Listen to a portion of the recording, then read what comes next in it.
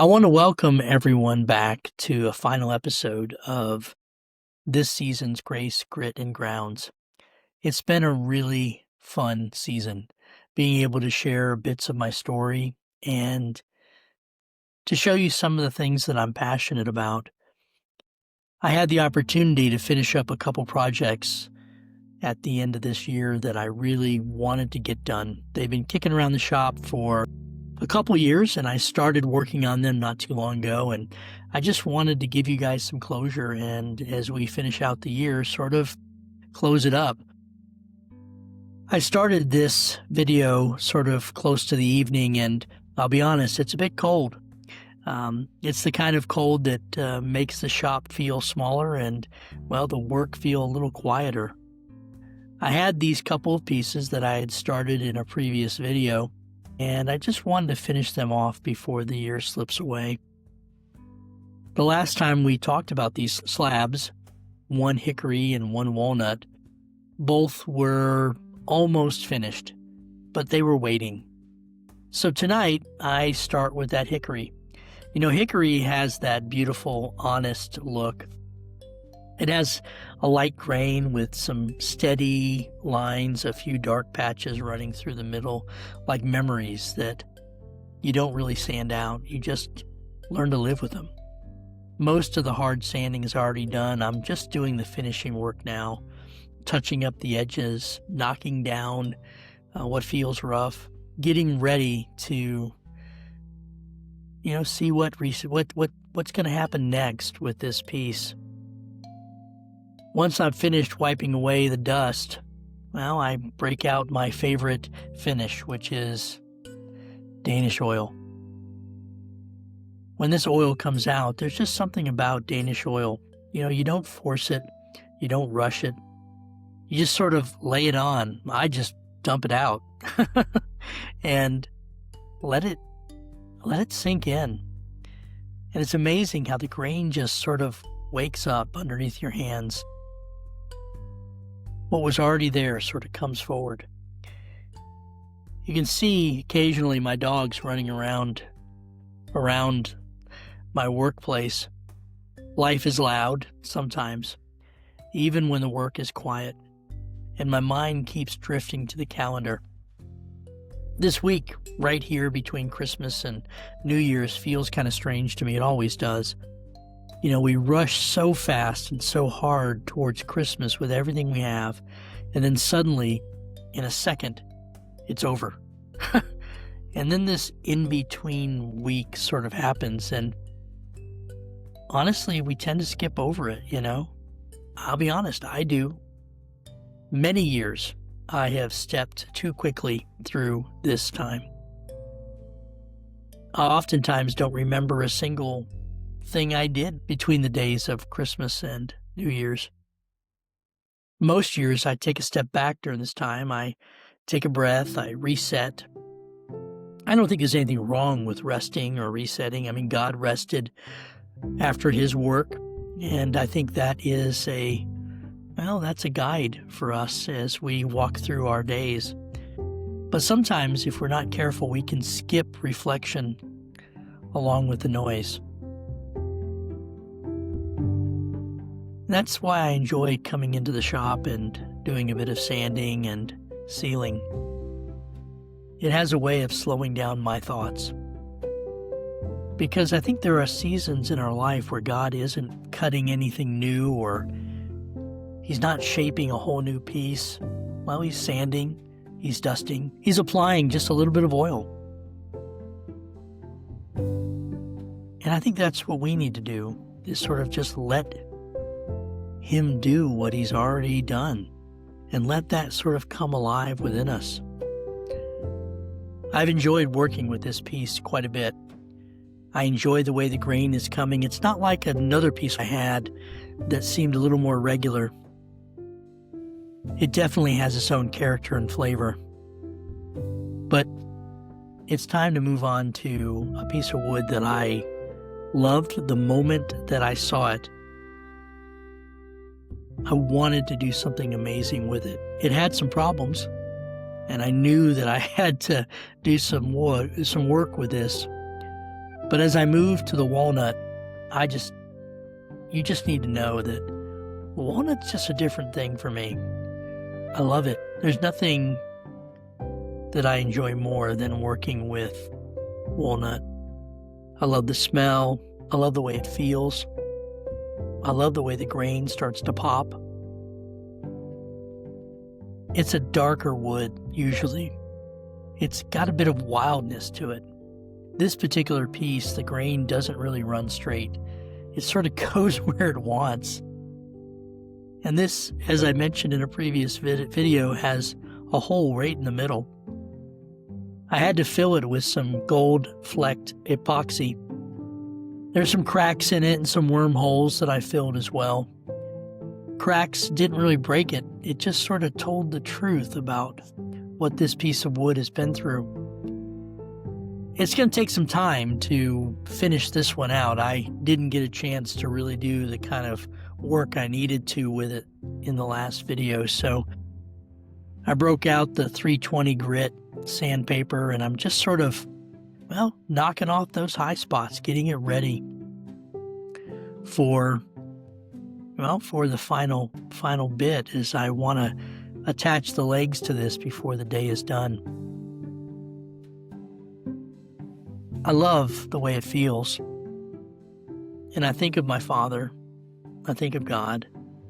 I think of the time that I've spent learning how to shape wood and reminding myself of my journey. I think a lot about my father. He was a chief in the Navy, and I didn't even realize what he did for a living in the Navy until later in life. He was an electrician. He fixed helicopters and made sure they ran. He understood and knew the wiring of those helicopters like the back of his hand. But he never once came home and talked about the fact that he was an electrician. I mean, he knew how to work with electricity, and anytime we had wiring that had to be done, he would do it. He never really talked about it, though. I just didn't know that's what he did. For years, I just thought my father was in the Navy. That's his job, the Navy. And when he got out of the military, it's like his passion came to life, and he started to do woodworking. And I saw a man that I never knew growing up. And so every time that I get a chance to work with wood, I remember that man that came to life after he retired. And I didn't want to be that person. I didn't want to find my passion after I retired. I wanted to work with it along with my jobs, my other passions, the things that I enjoy. And I wanted to share it with some people. In the midst of all this, reminiscing and thinking about God and my story, I flipped this board over, and you can see the grooves left in by the hand planer that I that I did. I never finished the bottom. And there's a lot of rough passes. And I'm thinking to myself, I've got to do something about this. These rough spots, they just look bad. And I realized that the entire time that I'm sanding this, and I'm thinking about my dad, I'm thinking about how much I enjoy walnut, how much I enjoy woodworking and being in the shop, even on a cold day like this when my fingers are getting a bit chilly. And I'm thinking to myself, no one is ever going to see the bottom of this table. They're just not. But yet, I know I've got to spend a lot of time sanding them out. Probably more time will be spent on the bottom of this than anyone will ever notice. Because when this is over with and I put the legs on it and I finish off the top and I put on the coat of oil that's necessary and finish it up with some clear coat, no one's going to talk about the bottom. No one's going to flip it over and admire the work. They'll talk about the top, and they'll talk about the grain, and they'll point out the gold epoxy, because that's what gets seen. But you've got to know the bottom matters too. It just does. I'm a craftsman, and I have to take pride in my work. I care about the bottom of this piece of wood, even if nobody is going to see it. And I wonder how often God works that way with us. I wonder sometimes how much time He spent working on things and working in places that no one else will ever see. The private work, the quiet obedience, the reshaping of motives and, things like that. The healing that never makes a testimony post on Facebook or in a journal. He sands the undersides of our lives, not for applause, but for integrity. So the whole piece holds together. That's the God we serve. When my father started doing woodworking and his passion started to come alive, it was a unique time for him. He went through a rough patch getting out of the Navy. He really didn't know who he was. His mother, my grandmother, well, she passed away, and he was left adrift. And I'll be honest, during that season of his life, he wasn't there to give me the wisdom that I needed. I had my own problems I was going through and struggles that I was dealing with as a young single man, trying to figure out my life. My brother and sister were still in school. We were living in South Florida, and he was just trying to figure out what life was all about. In the midst of all that, my mother was going through a crisis of her own, and she felt like the only thing she could do was what she'd done in the past when things got complicated and hard. She left my father, the second time in his marriage. She got an apartment and moved in on the other side of town. She took my sister and, well, she tried to figure out who she was. And it almost broke my father. He took a job as a night watchman on the back gate of a retirement community and worked the night shift. And every night he would go into that security shed with his Bible, and he would just spend almost the entire shift reading scripture, trying to figure out what God is doing, where He is being called. My father and I had some time to talk about it. We moved in together, and I spent his off time and my off time talking.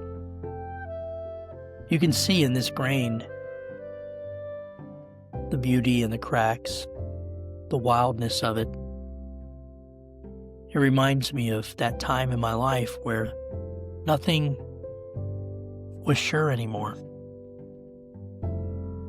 And I didn't know what direction to go. My father was trying to figure out what he needed to do. And after a serious study in Scripture, he decided that he needed to win my mother back.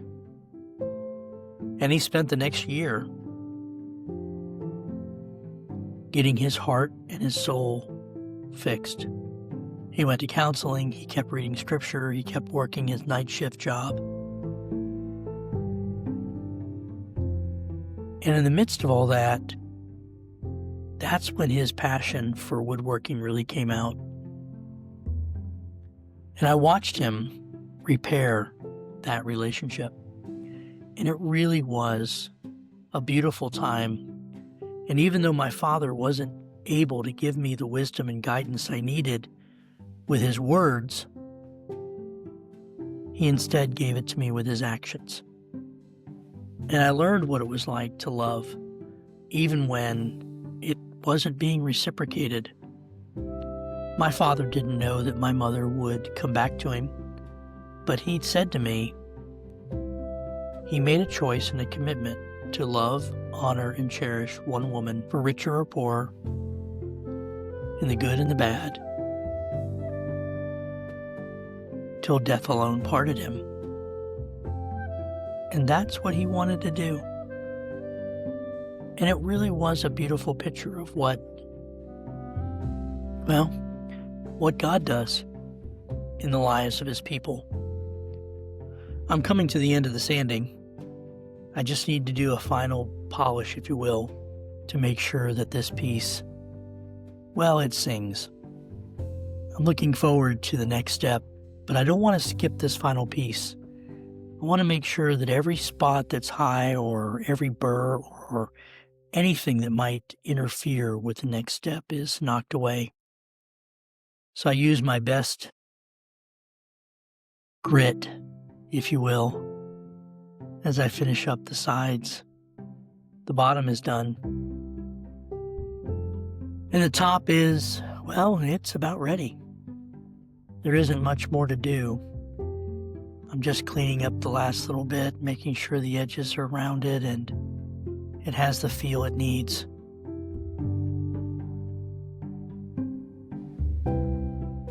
The next step is going to be, bringing life to this slab, making it sing.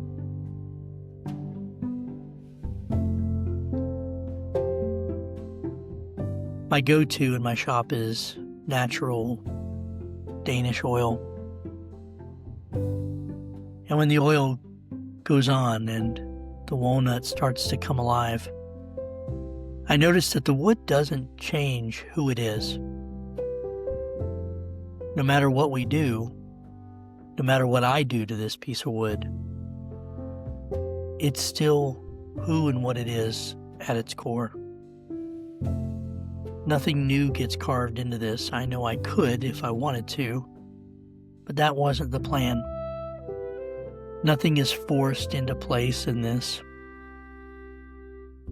What was already there when I saw that slab lying up against the wall in the discount bin at the lumber mill, I knew that I had to have it. I knew that there was something better and more about this piece. And I think that's oftentimes what God sees in us and how He works. So much of our faith isn't about becoming someone else. It's about becoming fully what He already knows we are. The oil here doesn't shout, it seeps in, it saturates, it takes time, and only then does the beauty begin to really show. God isn't always loud in His work. Sometimes His Spirit moves quietly, settling into the grain of our lives, bringing depth where things look dull and lifeless. Sometimes He's highlighting patterns we didn't even know were there. And just like this finish, you don't rush it. If you do, you may ruin it. You've got to let that oil just sink in. You've got to let it soak. You've got to let it sit. You've got to trust that what's happening beneath the surface matters. As you can see the grain just popping in this evening sun, just love the way it curves, the richness of the color, the cracks that are still there that will always be there. the bits of epoxy that I was able to pour into those holes to redeem this piece of wood that honestly was a cast-off, a piece that nobody wanted. I literally was able to pick up this piece at a discount rate because the lumber mill felt like there was nobody that would actually buy this, that was planning on building or doing anything meaningful with wood. But this is what God does. He takes the weak and the broken, the twisted and the gnarly, and He makes it into something gorgeous, something beautiful, something timeless.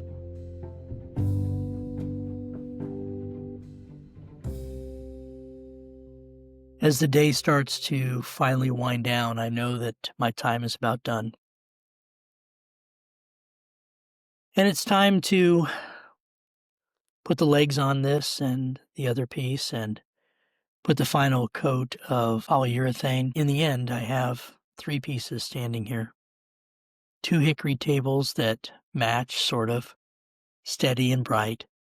1 walnut table that shines differently, carrying its scars like character. And the sun is setting over northern Kentucky. Another day is ending. Another year is almost finished. 1 year closes, another begins, and the cycle continues. God isn't done with the work. Sometimes He's shaping, sometimes He's sanding, sometimes He's just letting the oil soak so the grain can show. Wherever you are in that process, don't skip the in-between. That's often where the deepest work happens. Have a great rest of the year, and thank you for joining me on this episode of Grace, Grit, and Grounds. Like and subscribe, and I look forward to seeing you again next year.